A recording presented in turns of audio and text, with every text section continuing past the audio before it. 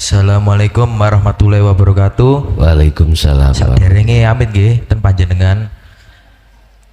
Sakjane niku hakikat hari kiamat kan hancurnya iman yang selain Allah dan sisi duniawiyah. Nah, kula niki mantau ten GIG, YouTube bahkan di lingkungan sekolah ngaji niku padha gegeran. Bahkan yang sing parah niku ten sosmed niku. Sing mendekati 2024-2025 nah niku gegerane ayo maca surat Al-Kahfi sik lepas teko dajjal ngono nah. Padahal sing berak napa nyafaati niku nggih Allah niku sendiri. Nah, hakikate dajjal Imam Mahdi niku kan diri kita sendiri nggih Gus. Nah, pertanyaane nopo enten fenomena sebelum hancurnya alam semesta, fenomena dajjal yang menyesatkan manusia dan fenomena Ya'juj Ma'juj yang menghancurkan di sisi syariat. Nah, pandangan hakikatnya pripun Gus? Matur nuwun. Assalamualaikum warahmatullahi wabarakatuh. Waalaikumsalam warahmatullahi wabarakatuh. Tatkala hakikatnya di dunia ini sudah terjadi pada Syiah kebangkitan,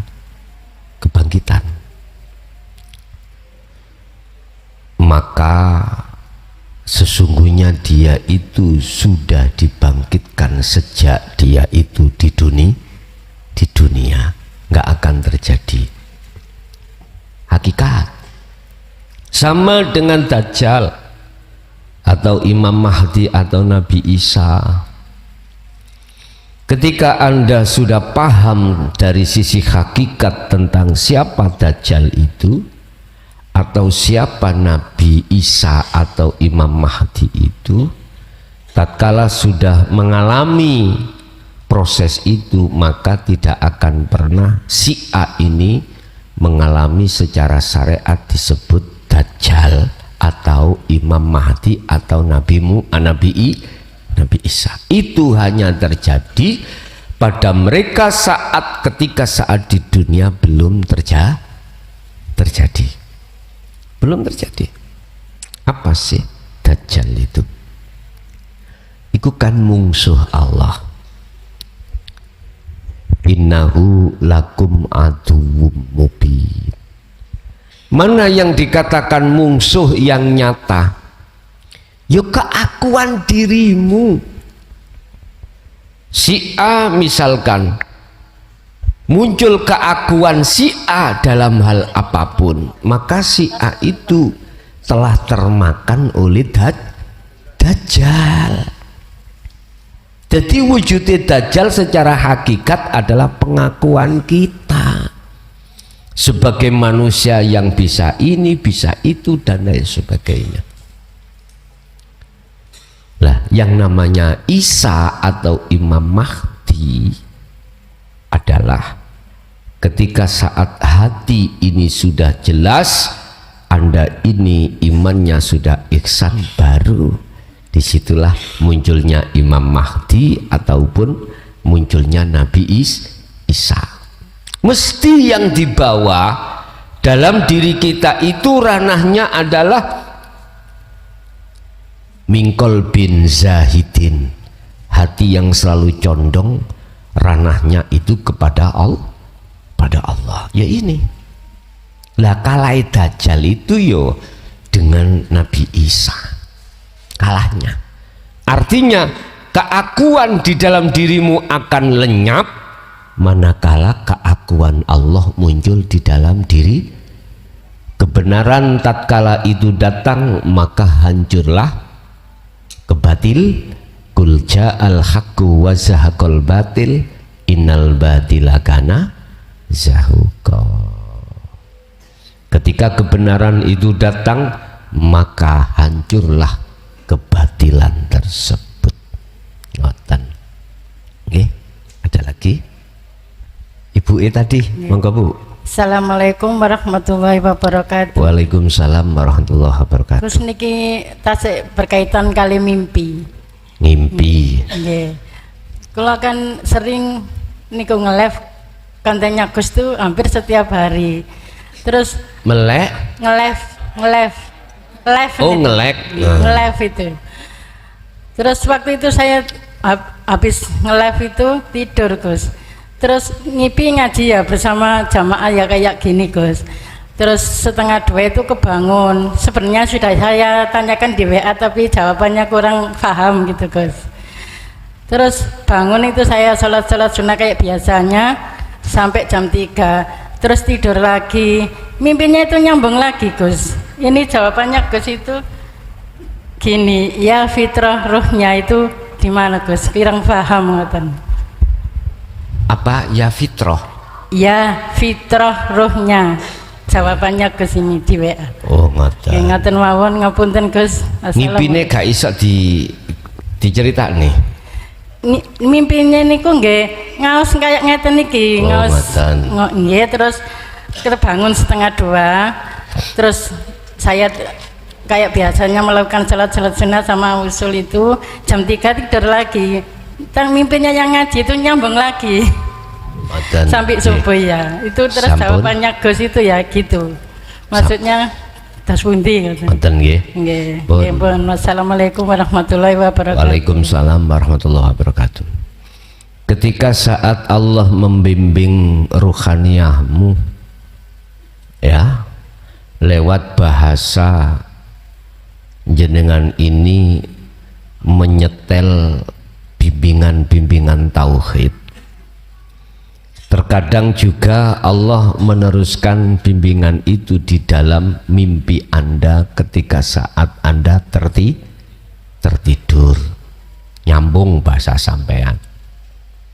Lah, itu bentuk kasih sayang rohimnya Allah terhadap diri jenengan. Supaya ruhaniyah jenengan ini sudah siap mau perang, bekal yang akan dibutuhkan. Perang yang dimaksud itu menghadapi keakuan diri ini leh. Keakuan makhluk itulah mungsuh panjenengan itu. Akhirnya di situ wis pasti Allah akan mendidik dan membimbingmu tentang fungsi daripada zikir sirul asrar.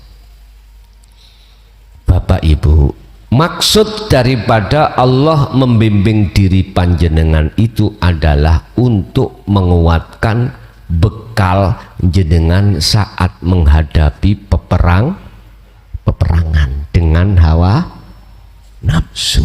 Hanya itu, supaya jenengan itu merdeka betul dari belenggunya hawa nafsu itu. Ada lagi? Masih ada? Monggo.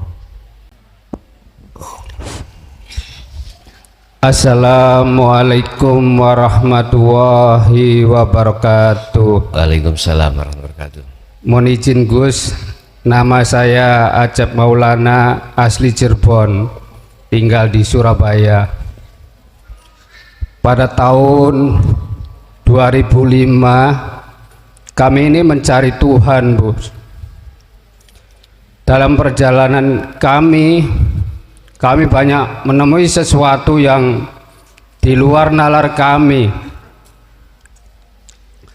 Bahkan kami pernah merasakan dalam hidup ini rasa sakit, setengah sakit, sakit sekali, melampaui sakit.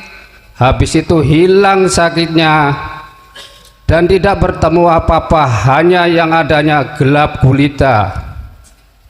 Terus banyak lagi ketika saya merasa ketakutan sekali, sampai saya itu istilahnya kasur saya buat tindian saya tak kemuli dengan ke kasur, tapi tetap aja takut sekali, ketakutan itu. Terus ada lagi jiwa badan saya itu ngaji terus, ngaji Al-Quran terus.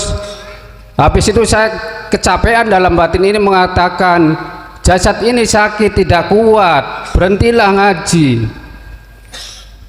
Banyak sekali yang saya rasakan dalam kehidupan ini, Gus. Tapi bagaimana yang namanya ketemu Tuhan saya itu? banyak juga sekali istilahnya kejadian yang lain ketika saya mengatakan sesuatu itu kadang nyata itu Gus. Ini setelah saya ketemu teman saya yang di Sirul Asror itu, kok ternyata cocok dengan hati saya. Saya mohon petunjuknya Gus, terus mohon doa restunya masuk ke dalam Sirul Asror ini. Itu aja yang kami sampaikan. Assalamualaikum warahmatullahi wabarakatuh. Waalaikumsalam warahmatullahi wabarakatuh. Setiap diri manusia dalam kisah sejarah proses perjalanan menuju satu kefitrahan itu yo macem-macem. Ceritanya juga nggak sama. Itu merupakan satu bentuk sifat kekuasaan Allah memberikan kisah cerita perjalanan masing-masing, dan itu juga dialami oleh para nabi dan rasul khususnya.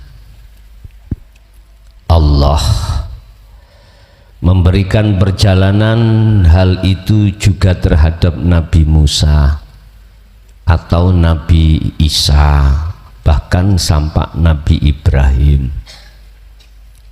Beliau juga pernah mengalami satu kebingungan di mana dia pernah menerka bahwasanya bintang, bulan, matahari itu Tuhan. Tapi ketika saat beliau itu menemukan satu kebenaran, maka bintang, bulan, matahari lenyap, tidak diimani itu Tuhan. Itu kisah juga terjadi pada Nabi Ibrahim. Akhirnya memunculkan inni wajjahtu wajhiya lilladzi fataras samawati wal ard hanifan musliman wa ma ana minal musyrikin. Hanifan wa ma ana minal musyrikin. Lah kisah kita itu kalau sudah masuk di ranah kebenaran, miturut surat Al-An'am 79, ini wajjahtu wajhiya, bentuknya Anda telah menemukan dzikir sirul asrar. Iya, kalau sudah menemukan dzikir sirul asrar, gaya dan cara kau untuk menemui Allah itu sangatlah mudah, bisa dengan apapun, aktivitas apapun. Dengan aktivitas kerja bisa, apapun bisa. Ini kalau sudah memegang kunci kewusulan pada Allah di titik sirul asrar, dzikir itu. Semua orang pasti mempunyai kisah masing-masing. Dan itu tidak cukup 1-2 tahun, bahkan ada yang berpuluh-puluh tahun. Panjenengan sudah mendapatkan wahyu, yang wahyu itu kami maksud sebagai kunci ruhaniyahmu dan bertemu Allah, maka saran saya, wadhkur isma rabbika bukratan wa asila, pagi sampai sore, wa minal lail, malam pun juga begitu. Sibukkanlah hatimu hanya berzikir, walaupun dikala jasmaniyahmu itu melakukan satu pekerjaan karena tuntutan kebutuhan jasmani, tetap faqad istamsaka bil urwatil wuthqa lam fisomalaha. Jagalah zikir itu sesuai dengan kemampuan yang ada di dalam dirimu. Itu hanya saran untuk jenengan itu sampai pada wama ana minal musyrikin, biar tidak masuk dalam golongan orang yang menyekutukan Allah. Cukup? Nggih. Iku, ayo monggo.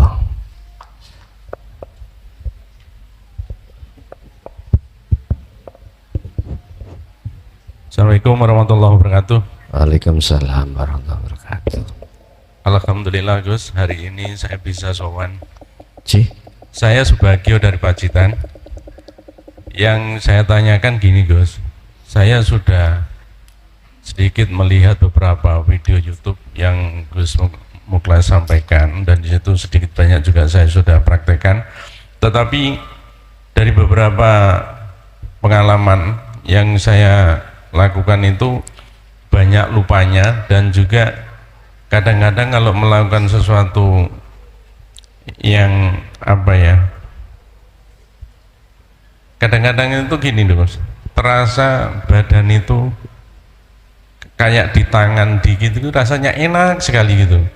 Nah tapi kondisi saya itu masih sadar betul bahwa saya itu dalam kondisi yang memang sadar tapi rasanya setting certil gitu loh dong Gus, enak sekali, maunya saya itu lanjut sampai saya itu kepenginnya ketemu sama Allah, tetapi biasanya itu terus hilang dengan sendirinya, berkurang rasa itu akhirnya hilang.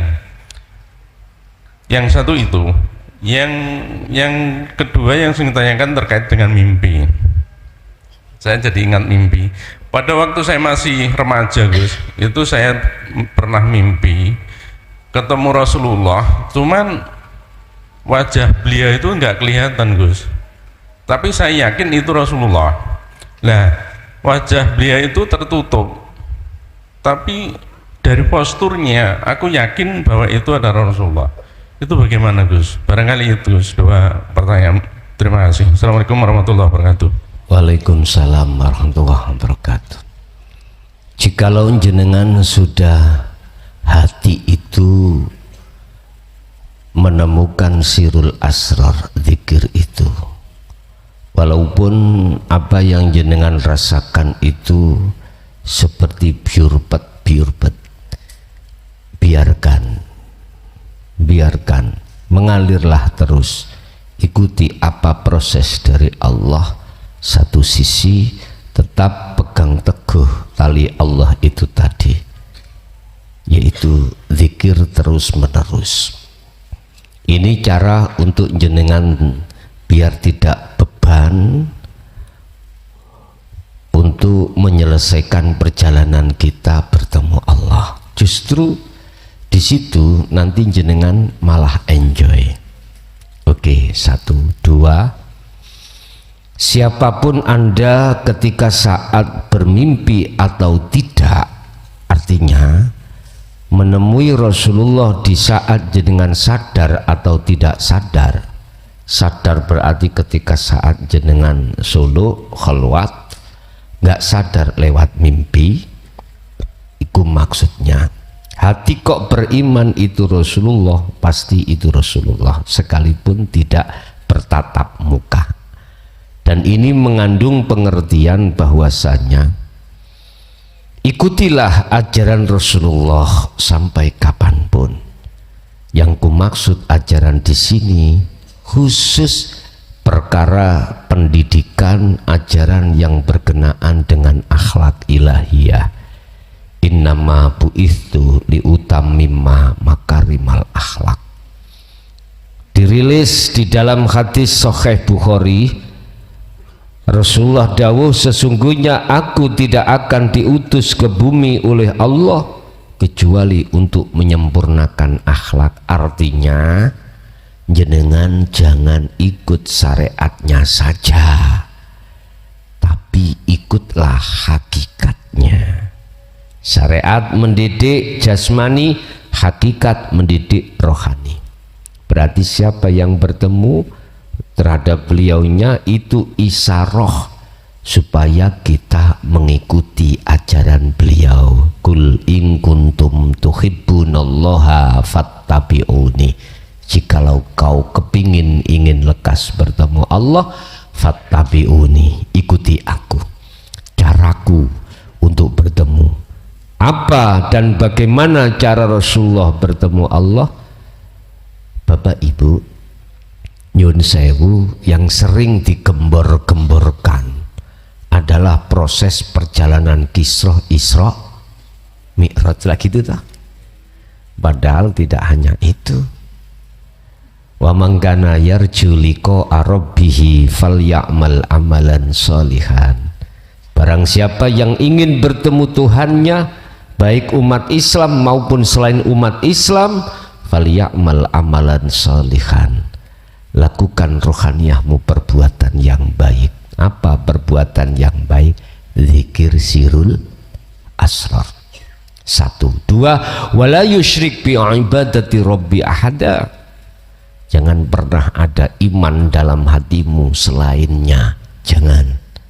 Ketika saat Anda melakukan apapun, jangan ada iman selainnya. Artinya kau harus hanya beriman pada Allah. Oke. Ada lagi. Ayo. Yang dekat ini ya, anak kecil ya. Bismillahirrahmanirrahim. Ya. Assalamualaikum warahmatullahi wabarakatuh. Waalaikumsalam warahmatullahi wabarakatuh. Ngeten Gus, kula niki pun dilegrekan nggih. Dilegrekan? Nggih, konime niku pun dilegrekan sak legrek-legreke. Nggih. Empun diambleskan katanya orang itu harga diri atau apa itu yang melalui fitnah lah, cacian lah, apalah. Tapi Disebabkan karena apa? banyak. Banyak. Kadang sesuatu yang tidak saya lakukan pun bisa menjadi bahan. Oh gitu. Tapi saya ini tidak mangkel Gus. Di hati ini kok, ya Allah, untung saya tidak diposisikan menjadi orang itu. Saya sudah dilegrekan ekonomi, mau beramal saya nggak punya. Jadinya itu saya anggap itu pertolongan Allah yang hadir untuk saya. Kalau saya bisa sabar dan ikhlas menerima, saya mendapat satu catatan amal baik untuk saya, dan itu suatu kasih sayang Allah buat saya. Jadi saya pahami seperti itu. Jadi sampai di titik nggak ngereken pun wis, bah kok kenek nih gak ngurus. Oke, terus pertanyaannya, Nah, ini yang kedua ini yang saya dijungkelkan dek satu kesalahan Gus. Ya. apa itu? Ya pokoknya salah lah. Oke. Pokoknya salah. Terus tapi saya juga gini Gus, pada saat ya Allah, saya terima kesalahan, diposisikan dalam keadaan bersalah ini. Itu pun juga kasih sayangmu. Karena dengan ini saya bisa bertobat kepadamu. Saya engkau merindukan saya. GR lah gue titik-titik. Gusti Allah rindu sama saya gitu loh Gus. Ya. Terus akhirnya saya yakin pengampunan Allah itu pasti saya diampuni kalau saya bertobat dengan setulusnya dan seikhlasnya, dan tidak mengulangi kesalahan saya lagi. Tapi Gus, saya gini, awas kon yo nafsu. Lek ya aku kok gawe kesalahan meneh tak jungkelno genten kon. Lho ngoten Gus, nafsune niku. Niku apakah juga termasuk nafsu? Karena nafsu itu pun juga Allah. Apa ikut salah Gus? Matur suwun. Wassalamualaikum warahmatullahi wabarakatuh. Waalaikumsalam warahmatullahi wabarakatuh. Jangan dikira kesalahan jasmani kita melakukan maksiat terus minta maaf pada Allah dengan membaca istighfar dan lain sebagainya itu mesti diterima, belum tentu. Syarat satu kesalahan itu diampuni oleh Allah ada dua. Pertama, ada kesempatan waktu kita untuk melakukan sebelum kematian. Kedua, syarat diterima tobat jasmani ini pada Allah yang meminta maaf itu harus bertemu yang dimintai maaf. Sik tarungokno. Kita di syariat tidak pernah bisa bertemu Allah. Apa benar kita punya anggapan dosa saya secara jasmani ini diampuni Allah? Lawang kita tidak pernah bertemu Allah. Wong syarat yang kedua, satu kesalahan itu akan diampuni manakala yang melakukan kesalahan itu bertemu terhadap yang disalahi dan minta ampun. Kesimpulan, waktu ketika saat kita hanya di ahli hijab, total jenderal nggak akan bisa bertemu Allah. Bagaimana mungkin istighfar kita diterima?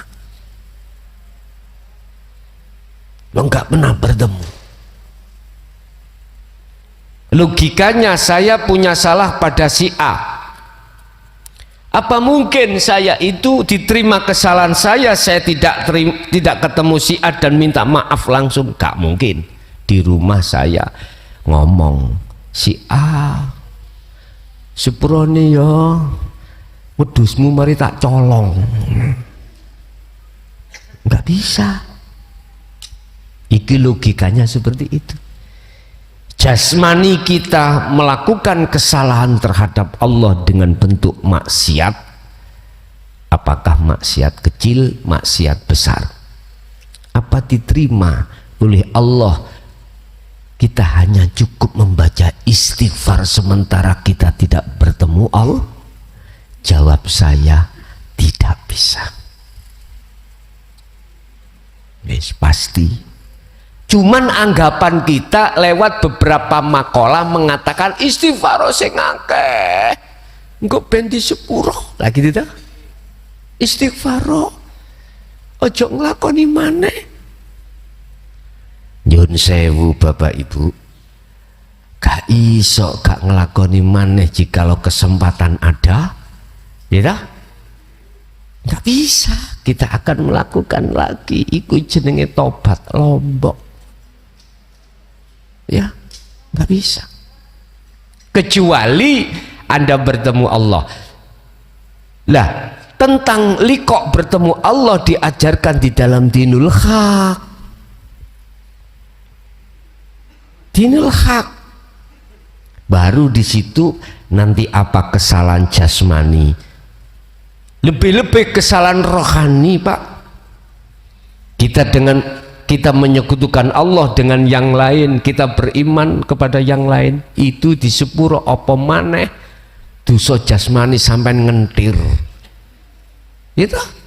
Itu mungguh Allah dosa kecil, Bos. Mungguh Gusti Allah, tapi mungguh menungso syariat besar itu.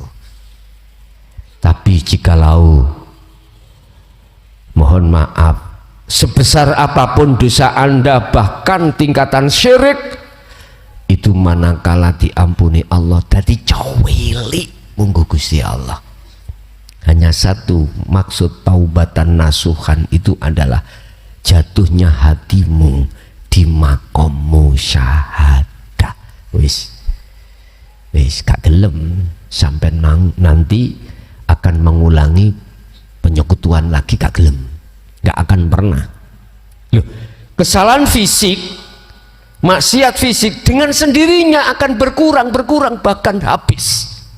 Sing asali kita itu ngaplokan bojo, sekarang tidak.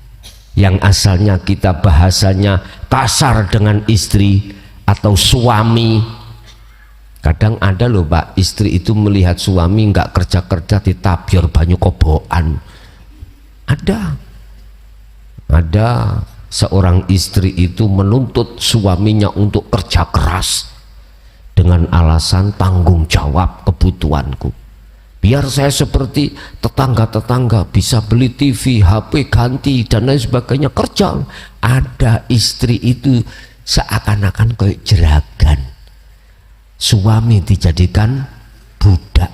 Waduh, masalah suami berangkat iku rumah nunut bondol sampean bondo dengkul tok ya wis gak iso apa aku kate minggat nanti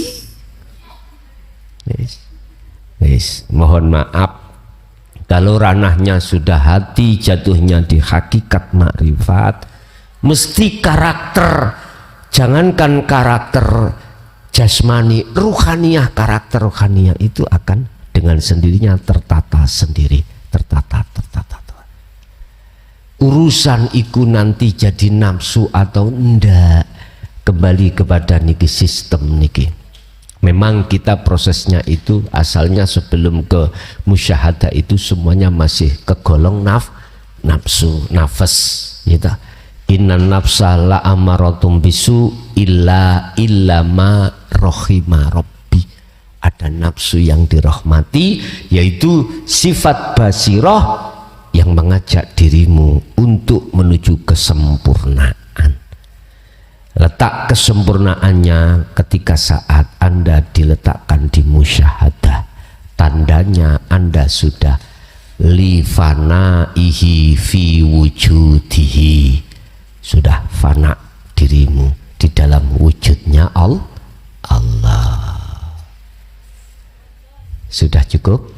Nggih, pun Bapak Ibu hadirin jamaah rahimakumullah, itu semua apa yang diberikan Allah terhadap kita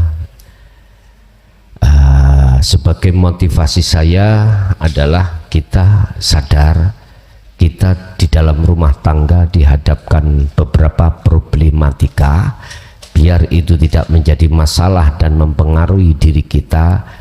Fakotistamsaka bil urwatil wuthqah, pegang teguh tali Allah ini, yaitu zikir. Al-Fatihah. Bismillah.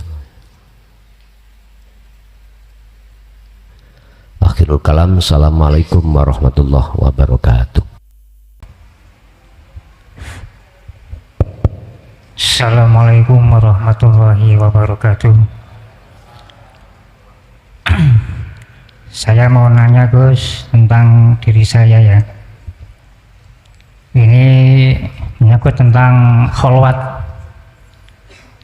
Kesana kesini baik di pondok maupun di kebun itu saya sering kholwat, pagi, siang, malam, pokoknya ingin bertemu Allah intinya lah Gus. Nah, terus waktu malam itu di pondok itu sulit memecahkan, yang pokoknya yang dulu-dulu aku ketemu terus. Nah, terus yang keduanya saya memohon kepada Allah jangan temukan yang masa lalu. Terus temukan lagi waktu saya itu pernah kena penyakit itu Gus, apa namanya, mematikan. Waktu itu saya sudah dinas oleh dokter bahwa umur kamu sudah pendek. Nah, terus saya nggak percaya waktu. Hanya Allah yang bisa mematikan saya, hati saya gitu Gus. Tapi ini memang kenyataan. Bahkan di masyarakat pun sudah mengatakan umur saya itu sudah pendek. Waktu itu saya kurus sekali. Saya nggak masalah mau mati, nggak apa-apa waktu itu. Saya sudah menyerah pada Allah. Hari ini kapanpun saya mati siap. Waktu itu Gus. Terus kalau saya kembalikan lagi kepada Allah, innalillahi wa inna ilaihi rajiun. Biarlah hari ini saya mati, malam ini, detik ini saya mati. Waktu itu Gus, waktu kena penyakit itu. Lama kelamaan akhirnya kok nggak mati sampai sekarang ini Gus. Itu hampir 13 tahun ya. Iya, nggak mati-mati, maksudnya nggak dicabut nyawanya gitu ya. Ini yang saya tanyakan, setelah saya kholwat di sini kok kembali lagi. Masa lalu itu kembali, seakan malaikat itu kembali lagi Gus. Sepertinya dia itu seperti dulu. Apa kamu ingin mati? Ya, saya ingin mati. Gitu Gus. Kalau memang benar-benar nyawa saya dicabut nggak masalah. Tapi kalau Allah mengizinkan, tapi kalau hanya kamu malaikat, saya nggak mau. Langsung Allah yang mencabut gitu Gus, saya gitu. Karena saya udah bosan masa lalu itu. Kalau saya dulu kan malaikat menyabut nyawa gitu kan disuruh. Kalau saya sekarang enggak. Lah malaikat itu kok sampai sekarang itu seperti muter-muter kekean. Lah ini kok seperti siap yang siap ditanyakan, gitu ya, yang cekap. ditanyakan, Ya. yang ditanyakan apa? Lah ini maksudnya caranya gimana ini? Malaikat munyir-munyir tadi ya? Ya, terus Ya. saya sampai sekarang kan kok malaikatnya itu kok sepertinya itu nggak hilang. Apakah mungkin langsung saya mengartikan bahwa ini bukan malaikat, inilah Allah gitu Gus. Siap Ngoten, nyebut nggih. nyawa saya gitu. Oke, Ya, oke, gitu. oke. Udah, ya oke. Nek malaikat munyer-munyer iku jangan gelut deh. Dulu minta ndang dicabut mati sampai 11 tahun gak dicabut, cabut. Ini mengingatkan saya dalam satu sejarah ada kekasih Allah yang ingin meninggal gak ninggal-ninggal. Beliau adalah ayahanda Syekh Abdul Qadir Jailani. Beliau itu sampai terjadi dia itu naik di gubuk tinggi terus menceblok ya, menjatuhkan diri secara akal, jatuh dari ketinggian entah 15 meter atau gimana. Tapi malaikat gak nyabut-nyabut. Allah menyuruh burung kecil-kecil itu rombongan di bawahnya, akhirnya sampai ke bawah nggak jatuh, dia kalem-kalem. Yes. Lagi ada satu raja yang mempunyai anak, ya, anak perempuan, cantiknya nek cara dideleh kene ngono sampean gak kok bernyawang aku. Wong lanang wong wedok mesti seneng nguasi karena saking cantiknya. Setiap kali orang yang menanyakan beliau anaknya untuk dinikah mesti mati. Belum sampai khitbah melamar iku mati. Seneng tok meneh langsung mati. Seneng tok. Jadi belum sampai ada yang mengkhitbah melamar, belum. Lah beliau mendengarkan sayimboro dari raja ini kesempatan karena dia ingin lekas mati. Akhirnya diikutilah sayimboro itu. Terjadilah 3 fase, 3 proses. Proses pertama adalah nador. Nador itu bertemu. Ketika bertemu, bukannya beliau itu gak suka sih, enggak. Secara hatinya itu dia hanya satu, pingin lekas mati. Nador sudah terjadi, pulang. Bisa berarti si putri mang kembali ke istana, beliau kembali ke rumah. Raja mendengar kabar kalau dia tidak meninggal, bingung, ini manusia apa gendruwo?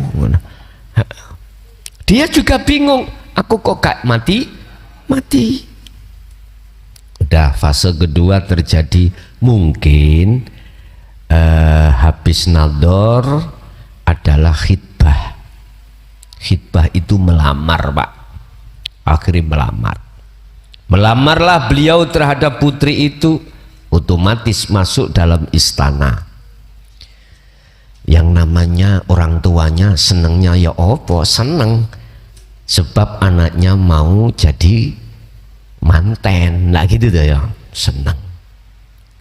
Akhirnya terjadi khitbah deal. Kapan kaini? Sasi Rejab mawon. Gandeng dengan Isra Mi'raj. Oke. Terjadi. Pulanglah. Lah raja punya tilik sandi, disuruh untuk menyelidiki terhadap beliaunya itu. Minta kabar kok wong iki wis mati apa durung. Ternyata tidak mati, Pak. Raja yo bingung, beliau yang melamar juga bingung.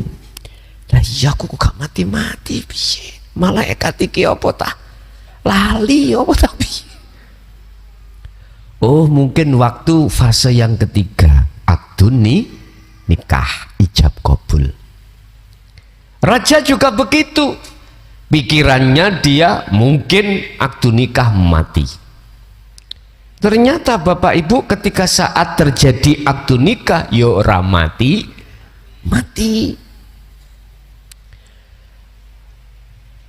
Keluarga istana bingung, menganggap ini manusia atau bukan. Bingung. Lah beliau Ayahanda Syekh Abdul Qadir Jailani yo melok bingung. Kok gak mati? Akhirnya Pak, malam pertama terjadi. Kesimpulannya, malam pertama ketika saat beliau itu hajat dengan putri, wong jenenge kemanten anyar Pak nggih. Malaikat rawuh Pak.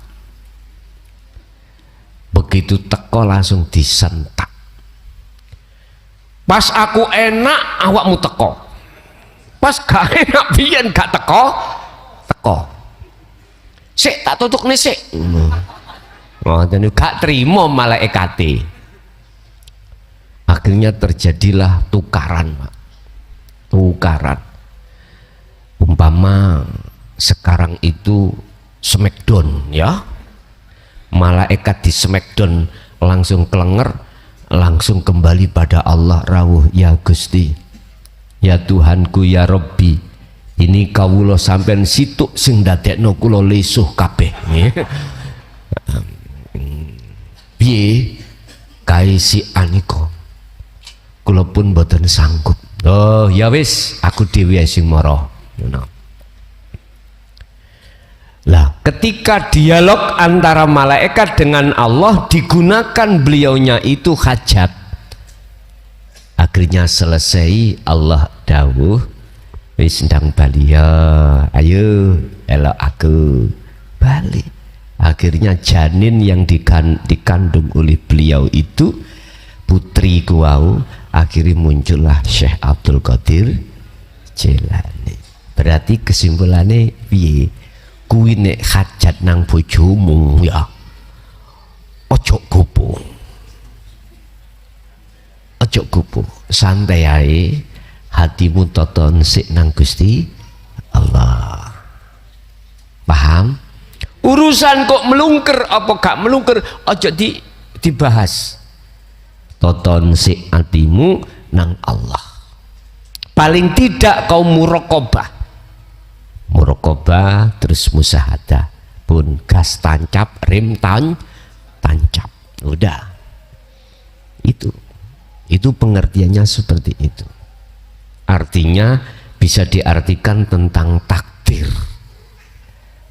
nek belum datang disebut kodok, godaken kaya apa ya ora teko-teko, sekalipun iku hal yang berkenaan dengan kematian. Lah terus sikap saya bagaimana? Wis jarno ae, masih malaikat mbulet muter-muter bahno. Biarin aja. Nanti kalau sudah waktunya ya datang sendiri. Gak usah bingung-bingung jenengan. Sekarang yang tugas yang paling penting adalah Anda harus tetap berzikir. Titik, itu aja. Gue nek wis wae teko wis gak usah kupu. Teko. Nggih. Ada lagi. Assalamualaikum warahmatullahi wabarakatuh. Waalaikumsalam warahmatullahi wabarakatuh. Ngapunten Gus, nami kula Nurkan saking Kudus Gus. Nggih. Kula nembe sepindah menika saged nderek pengaosan langsung kalih Gus. Nggih ngapunten saderenge berhubung kula nembe sepisan menika kula wau dugi ngriki delalah nggih telat Gus. Dengan perjuangan yang sangat menurut kula sih nggih sangat-sangat rodok berat menurut kula wau. Soalnya menurut perkiraan niku kula dugi ngriki niku jam kali paling lambat jam 3 Gus. Tapi nyasar-nyasar. Nah, begitu mau dugi ngriki teng jembatan kecil wau bani kula bolong Gus. Ngantos saat ini tak dongkrak dereng tak ganti. Soalnya dereng sholat ya ujung-ujungnya berarti kon sholat dhisik kan ngoten. Pertanyaannya ngeten Gus, ngapunten saderenge. Memang teng mriku wau kula pun nggih ngobrol-ngobrol kalih sing pun dangu-dangu. Pilih nak dinten Setu kan jam sekawan kan beatan. Ning delalae ya kok kula telat ngono lho Gus. Nggih. Sing sepisan. Kaping kalih kula kan memang pengen intine pengen untuk menuju ke Allah itu seperti apa kan gitu. Memang secara tidak langsung kalau sedikit banyak pun mirsani teng YouTube, teng TikTok kan ngoten. Terus maksud kula kan ngeten. Kalau jauh-jauh ke Kudus dugi ngriki mudah-mudahan kan ada yang bermanfaat untuk diri saya, istri saya, keluarga saya kan gitu. Syukur-syukur bisa orang lain gitu Gus. Napa saged kula dereng dibeat tapi mengamalkan apa yang harus diamalkan didikirkan di sini. Itu yang pertama. Yang kedua, apa yang harus saya dikirkan untuk tahap awal seperti saya Gus. Oke, terima kasih. Wassalamualaikum warahmatullahi wabarakatuh. Waalaikumsalam warahmatullahi wabarakatuh. Tentang beat itu hak prerogatif Allah, bukan saya. Berbagai macam cara Allah membaiat hambanya. Baiat yang dimaksud di sini baiat yang bisa sampai jenengan iki wusul pada Allah. Sehingga dalam bahasa baiat miturut hakikat makrifat itu adalah menyambungkan talinya ruh pada Allah lewat sirul asrar itu. Lah, Allah cara menyambungkan macam-macam. Tadi saya katakan dalam surah Al-Qasas, innaka la tahdi man ahbabta. Bukan persoalannya yang membaiat itu makhluk bisa membaiat makhluk lain, enggak. Bukan perkaranya si makhluk itu bisa menyambungkan talinya ruh pada Allah, bukan. Tetapi tentang masalah baiat utawi masalah menyambungkan hak prerogatif Allah. Itu hak mutlak Allah yang bisa untuk menyambungkan. Sebab talinya ruh pada Allah yang kami sebut sebagai hablum minallah itu putus, maka kita sampai kapanpun tidak akan pernah ingat pada Allah. Bahasa ingat, bahasa dzikir itu yang kumaksud bukan dzikir yang kita lakukan secara syar'i dan secara thariqah. Syariat thariqah bukan itu. Yang kumaksud dzikir di sini adalah ingat, sadar hatimu bahwasanya semua apa yang terjadi itu datangnya hanya dari Allah. Itulah talinya Allah. Disebut dzikir yang untuk sampai di situ hanyalah sirul asrar. cara kejawen ngono sing disebut dzikirnya roh. Ya ini. Nah, yang menyambungkan itu hanya Allah, dan lewat apapun Allah bisa. Sehingga ketika saat jenengan iki mang sudah mendengarkan tentang bahasan Sirul Asrar, hatimu itu sudah yakin dan bisa mengamalkan keyakinan Anda, berarti secara tidak langsung Anda sudah di beat Allah tanpa Anda ketahui. Kalau yang terbiasa itu mengikuti langsung jam 4 sore setiap hari Sabtu, kan nyatanya lahir iki boleh Anda tahu kalau sudah di beat Allah.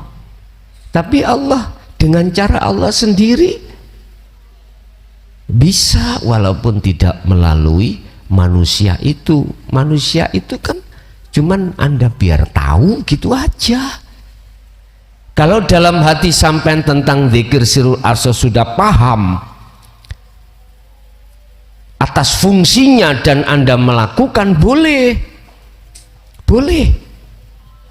Sehingga jenengan ngaji di sini tanpa ada beatan secara langsung, ya, maka boleh Anda mengikuti dan mengamalkan itu. Di luar sana juga boleh. Sekalipun tidak pernah bertemu saya, jenengan ini hanya belajar di channel Ponpes Jaya Baru itu boleh, dan itu sah miturut Allah. Tapi makalah orang yang di bawah muraqabah, dia sampai kapanpun mengatakan tidak sah, akhirnya mengatakan gurumu setan gitu.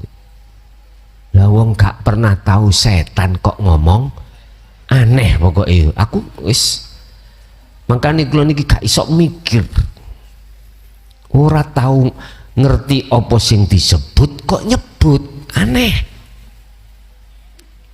Jadi iku sing disebut sok tahu. Kamu jelas nafsu itu, jelas setan itu sok tahu, padahal aslinya ya ora tahu. Bun, jadi yang pertama boleh Bapak, silakan. Terus untuk yang kedua, omong bermanfaat tak omong apa? Bagaimana kami ini, oh ya, bagaimana saya ini, harapan kami ilmu ini akan bisa bermanfaat terhadap keluarga saya atau orang lain. Selama jenengan ini di dalam hati iku faham tentang la ilaha illa anta wa ana, enggak apa-apa, silakan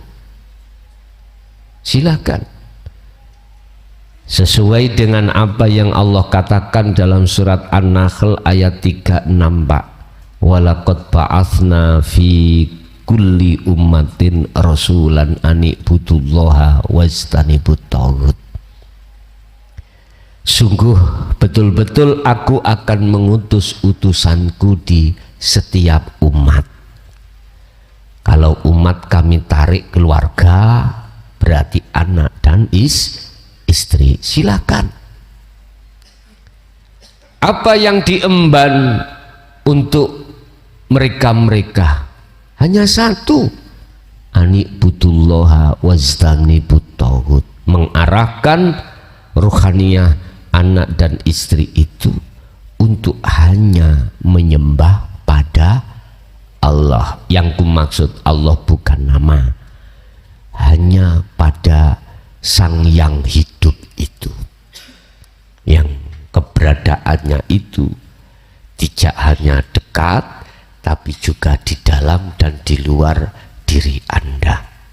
Wajtanibut taghut, dan memberikan fatwa jangan sekali-kali ruhaniyah itu mencintai selain Allah, alias tinggalkan selain Allah itu dalam hal konteksnya iman. Contoh ini tadi iki ning ngarep kono es degan diombe mak seger. Jadi iman sing segeri teko es degan degan ilangno. Imanmu gantiin hanya pada Allah. Ada lagi. Assalamualaikum warahmatullahi wabarakatuh. Perkenalkan, saya Arif dari Gresik. Saya mau bertanya,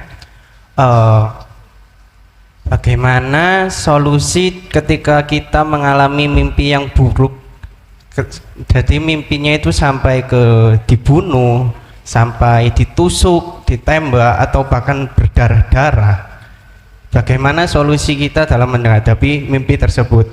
Dan yang kedua, bagaimana cara kita menanggapi mimpi itu dari pandangan hakikat, sehingga kita tidak lagi takut karena sampai ke fase dimana kita itu takut untuk tidur karena takut bermimpi buruk kembali. Mungkin seperti itu saja dari saya. Assalamualaikum warahmatullahi wabarakatuh. Waalaikumsalam warahmatullahi wabarakatuh.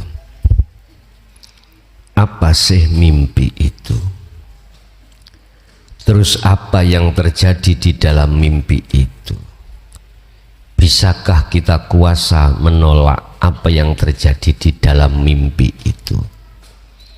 Padahal satu sisi kita itu sudah lepas dari kesadaran. Mohon maaf Pak, ada dua golongan Allah memetak hambanya.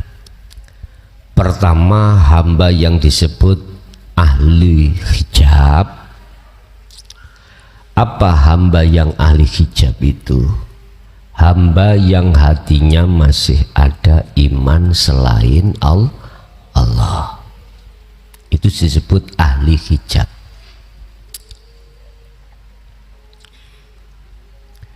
Ahli hijab ini Pak, hati telah tertutup oleh isyarah-isyarah itu, akhirnya hati ini tidak bisa nyata no wujude Allah. Itu disebut ahli hijab. Hati ini ketika saat beriman terhadap degan ini, maka justru degan ini menutupi hatiku, akhirnya Allah itu gak nyata. Paham ya?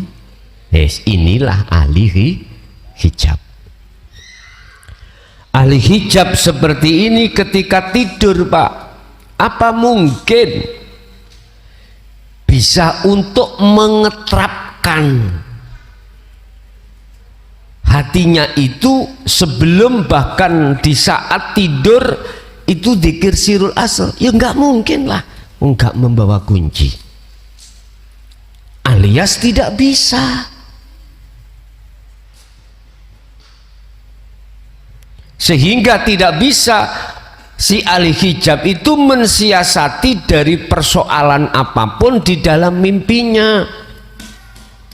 Paling tidak gini, ketika mimpi yang menyeramkan, dikejar-kejar orang gila membawa tembak, mesti melayu sampean, lari. Padahal ketahuilah bahwasanya di dalam mimpi itu Anda itu masuk di dalam alam mukasyafah, alam di mana dibukakan kegaiban makhluk, sehingga kadang-kadang kita mimpi bertemu ayah yang sudah meninggal, ibu sudah meninggal, dan lain sebagainya, atau bertemu pada orang lain yang belum meninggal, padahal posisi dia itu ada di rumah. Bapak Ibu, kalau pertanyaan masalah bagaimana mensiasati, nggak bisa. Lebih-lebih ahli hijab. Dan setiap Mimpi itu mempunyai maksud, Pak. Sebab mimpi itu adalah ayat, tanda, yang tanda ini menandai sesuatu dan ahli hijab tidak akan pernah bisa menjawab. Kadang-kadang mimpi digathok wedhus, berhubung kita itu ahli nomor 35 gini, tombo ilah 35, lu gathoke piro? Ben sak as kopi misalnya. Wis jangan-angen, aku mau digathok ning ndukur kali, berarti kali iku piro? 35 dijejerno kali, wedhus jejer kali. Wis ngono iku ahli ramal niku wis. Tapi mbosok takdir teko, lu alah enggak, bukan itu maksudnya. Awakmu yo digathok nafsumu dhewe. Ngoten lho maksudnya. Bon. Ahli zuhud, Allah meletakkan golongan ahli zuhud lah niki. Kalau sudah bicara tentang ahli zuhud, pasti akan mensiasati mimpi tersebut. Dalam arti tidak takut akan apa mimpi yang didapatkan, justru dia sibuk mengartikan maksud mimpi yang dia terima. Beliau sebelum tidur pasti dia itu memfungsikan sirul asrar. Alladzina yadkuruna Allaha qiyaman wa qu'udan wa ala junubihim. Ketika dia berbaring menjelang tidur, pasti dia itu memfungsikan sirul asrar. Is pasti niku. Ketika saat beliau itu masuk dan terlibat fungsi daripada su'aul basyirah, maka dia disebut sebagai orang yang khalwat. Nanti perjalanannya itu di dalam mimpi. Di dalam mimpi itu akhirnya kadang mimpi kadang tidak. Beliau itu apabila mimpi mesti di situ dia tahu apa maksudnya. Dan mimpinya dia tidak akan membahayakan dirinya. Tidak.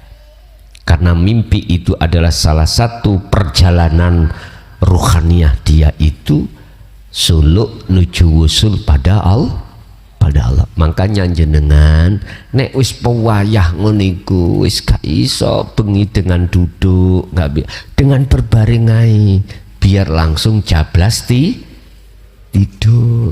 Lah disitulah perjalanan Anda. Jadi Anda bisa mensiasati lewat sini.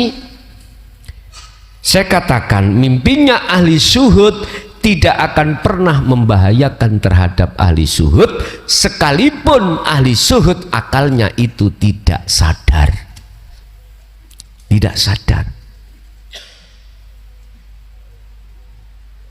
Jadi nggak usah khawatir dan lain sebagainya untuk mensiasati mimpi tersebut sehingga takut dengan mimpi-mimpi yang menyeramkan.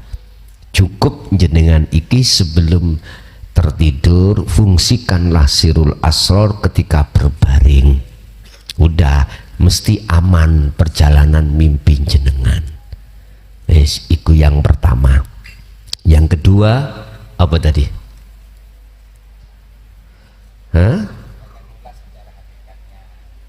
Kongkon ngulas secara hakikatnya.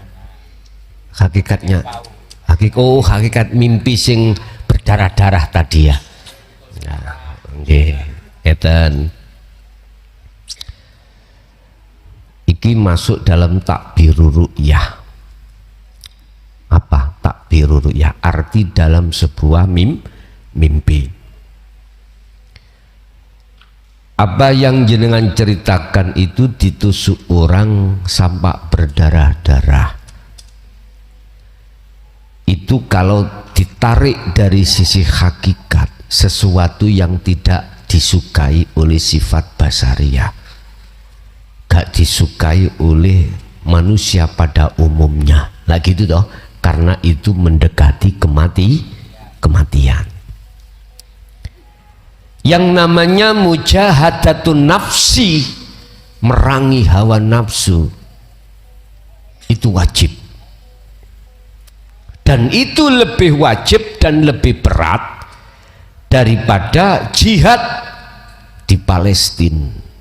Iya, jihad di Palestina itu jihad kecil, kata Rasulullah.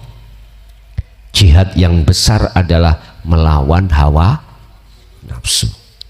Jikalau kau itu mau berdarah-darah, berarti ruhaniyahmu itu masih ditarik, masih kalah dengan sifat basariyah, di dalamnya nafsu nafsiyah dan amarah.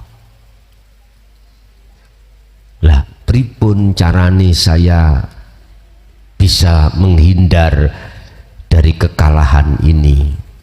Gini Pak, konsepnya itu seperti ini. Allah, ruh,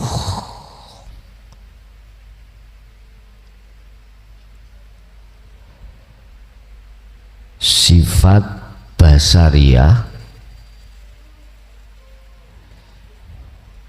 nafsu, sifat basiroh. Ruh ini bakal ditarik oleh sifat basariyah supaya ruh tidak ke Allah tapi ke nafsu. Ruh juga ada sifat basiroh. Sifat basiroh itu juga menarik si ruh itu untuk dia itu bisa sampai pada Allah. Oh, biru ini. Sini. Di dalam sifat basyariyah ini, di situ ada yang bercokol nafsu nafsiyah dan amarah. Inna nafsa la amaratum bisu. Sesungguhnya nafsu itu selalu mengajak kejelekan. Apa? Melalaikan ruhaniyah ini terhadap Allah. Beda dengan basiroh. Illa rohima robbi. Inilah nafsu yang dirahmati, lawamah dan mutmainnah, mengajak ruhaniyahmu itu untuk ke Allah. Pertanyaannya, lebih condong kemanakah ruh ini? Apakah ke Allah? Apakah ke nafsu? Jawabannya mudah. Jikalau kau menolak ajaran dinul haq, mesti ke nafsu. Duduk ruhaniyahmu itu disebut takholli. Mesti muncul keakuannya hamba dalam segi apapun.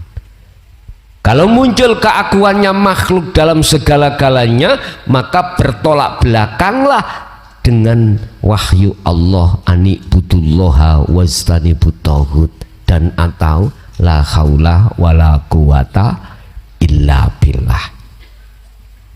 Ini kalau menolak, berarti golongan dia sami'na wa asoina.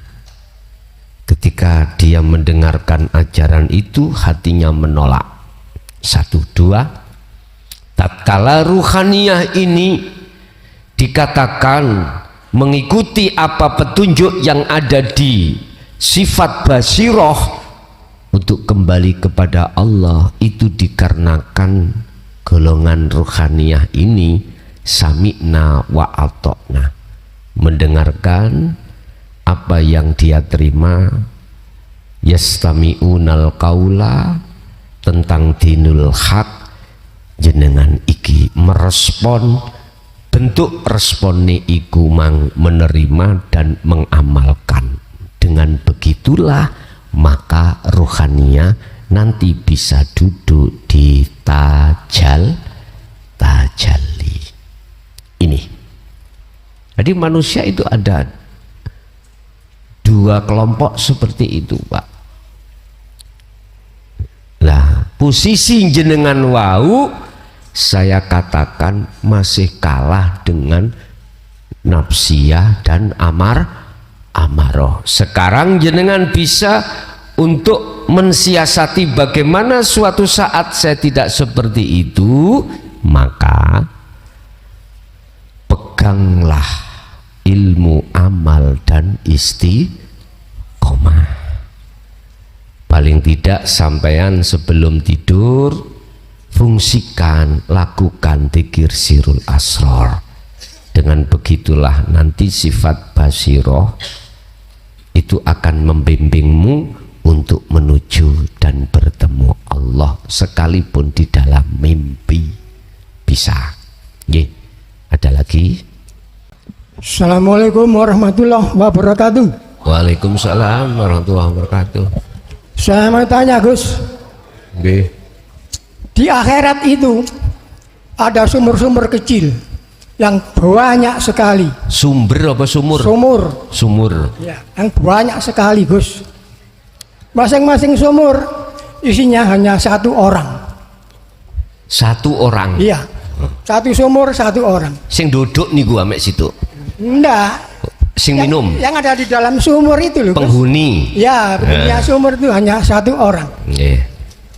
Airnya kotor, panas, mendidih, apinya menjilat ke atas dan berasap.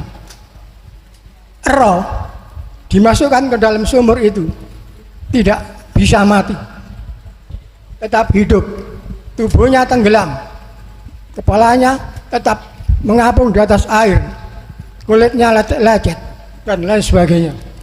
Mereka menjerit, menangis, merintih-rintih, kesakitan. Lalu tangannya diangkat ke atas sambil minta tolong. Tolong. Tapi tidak ada yang bisa menolongnya. Yang saya tanyakan ialah orang-orang yang bagaimana nanti kalau mati rohnya akan digodok di dalam sumur-sumur itu. Dan apa namanya sumur-sumur kecil tersebut? Demikian, Gus, penjelasannya. Assalamualaikum warahmatullahi wabarakatuh. Waalaikumsalam warahmatullahi wabarakatuh. Wa min waraihim barzakhun ila yaumi yub'atsun. Di dunia ini, Pak, banyak ruh yang sudah kecemplung sumur itu. Banyak ruh itu yang kecemplung sumur itu. Nanti juga saya uraikan di akhirat miturut pandangan syariat. Iki pandangan hakikat. Di dunia ini banyak di antara ruh-ruh itu yang sudah masuk di dalam sumur. Dan di situ khubitat a'maluhum wa malahum min nasirin.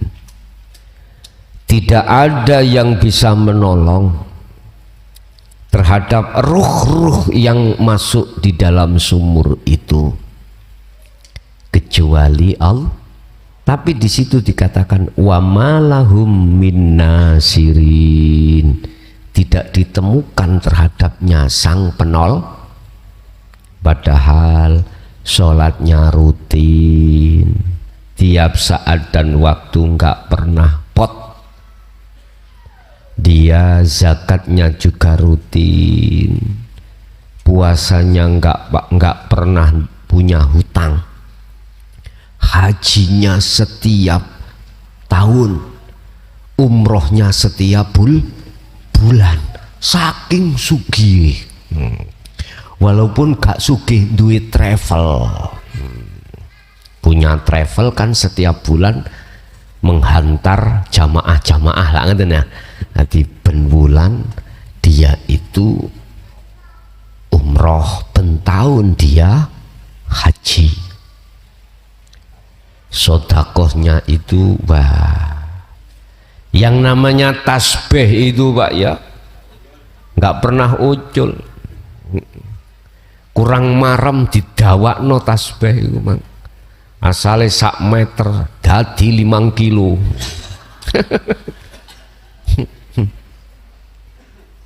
Nyun sewu, sing dimaksud sumur iku hakikate apa? Hakikate apa? Wa min waraihim barzakhun, itulah yang disebut dinding yang tebal. Ibarat tertutup di dalam sumur itu. Kalau bahasa hakikat disembunyikan di dalam syariat namanya hubbus syahawah. Wa zuyyina linnasi hubbus syahawah. Ini namanya sumur. Sumur hubbus syahawah. Sumure niku wangel niki metu teko kene. Hubbus syahawat.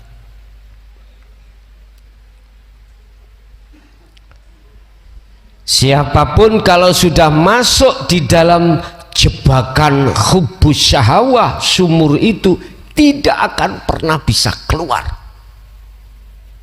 Gak ada yang bisa menolong kecuali Allah.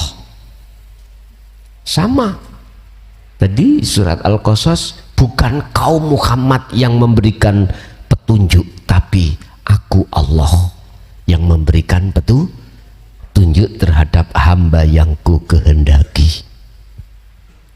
Ini bentuk Allah menolong itu bagaimana? La ikraha fiddin, qad tabayyana rusdu minal ghayy. Ajaran tentang dinul haq sing fungsinya adalah untuk membebaskan dirimu dari belenggunya hawa nafsu atau sumur yang disebut hubbus syahwat. Itu tidak ada paksaan. Bentuk Allah menolongnya, ada utusan yang akan datang. Hakikatnya itu membawa bil huda wa dinil haq ini. Ketika saat jenengan terima hal itu dan Anda itu melakukan maksud di dalam dinu tauhid, maka akan terjadilah hari kebangkitan. Artinya hari di mana Anda bisa dikeluarkan dari sumur. Dikeluarkan. Termasuk proses Anda ini mengasah sirul asr itu, Anda itu keluar dari sumur tersebut. Keluar dari hubbus syahwah. Hati kita mulai sejak akil balik sampai umur berapa puluh tahun ini terpendam di dalam sumur itu. Allah kasih tolong terhadapnya, kasih tolong terhadap kita. Kita terima, akhirnya kita bisa keluar dari sumur tersebut. Memang panas, airnya mendidih panas. La yamutu wala yahya, tidak bisa dikatakan mati, tidak bisa dikatakan hidup. Artinya jenengan iki tidak dikatakan mati sebab belum mati secara jasmani. La yamutu wala yahya, dia juga tidak dikatakan hidup, artinya hatimu mati hatimu. Terus bagaimana biar dia terlepas dari itu? Ya itu tadi, Anda akhirnya ilmu, amal, istiqomah yang disebut takwa, 3 hal ini, itulah pertolongan Allah mengeluarkan rohaniyahmu dari sumur hubbus syahwah ini, Pak. Sebab siapapun Anda ketika masih ada di sumur hubbus syahwah, ketika jenengan sakit gak waras-waras, mesti panas hatimu melihat istri, suami, anak yang gak nyocoki miturut sifat basariahmu, mesti kau hatimu panas. Anda ketika diterak ekonomi itu menengah ke bawah terperosot, yo hatimu susah. Padahal Allah cukup sederhana memberikan petunjuk. Jadilah kau seperti laba-laba, sibuk membangun takwa, rumah ruhaniyahmu. Dengan begitu Allah pasti akan mendatangkan nyamuk lalat sebagai makananmu, sehingga nggak tumon, nggak terjadi ada laba-laba cari laler ning nisor iku gak tumon. Nggak tumon itu apa? Nggak ketemu gitu loh. Laba-laba cukup di rumahnya sambil membangun rumahnya, yang bolongan itu kok putus disambung lagi, yang kurang rapat dirapati, yang kurang luas diluaskan. Itu laba-laba. Ini hakikatnya. Lah, hakikatnya ini besok di akhirat apa yang diimani oleh golongan kita wong syariat itu tidak akan terjadi pada jenengan yang ketika di dunia sudah lepas dari sumur tersebut. Udkhuluha bisalamin aminin. Udah, selamat datang, tempatmu sudah aman, sudah disiapkan, perjalananmu juga aman. Artinya tidak akan pernah menemui apa yang dikatakan di dalam hukum syariat. Sok ning akhirat ada sumur, di mana setiap sumur ada seseorang yang ada di situ. Dia mendidih, airnya panas, apinya munclak-munclak. Dia la yamutu wa la yahya, tidak mati, tidak hidup, berarti sekarat. Ngoten mungkin bahasane umum seperti itu. Tapi itu akan terjadi terhadap diri seorang manusia tatkala dia itu waktu di dunia belum bisa keluar sumur itu, hubbus syahwah tadi. Terus itu terjadi pada kebiasaan kita di dunia yang bagaimana, orang yang bagaimana. Itulah orang yang selalu mengaku-ngaku dirinya yang melakukan. Oh, kok gak aku, gak tadi masjid iki. Kok gak aku, wis ya Allah, ngeri aku. Ngerungokke. Kok gak aku, santri-santri iki gak sukses. Kok gak nguru nang aku, wes gak ngalim koyok ngono. Berhubung guru nang aku belajar nang yes jos. Yes. Yun sewu Bapak ya. Inilah ciri-ciri orang yang besok di akhirat itu mendapatkan seperti itu. Di dunia sudah mendapatkan, dia belum bisa keluar dari hubbus syahwat.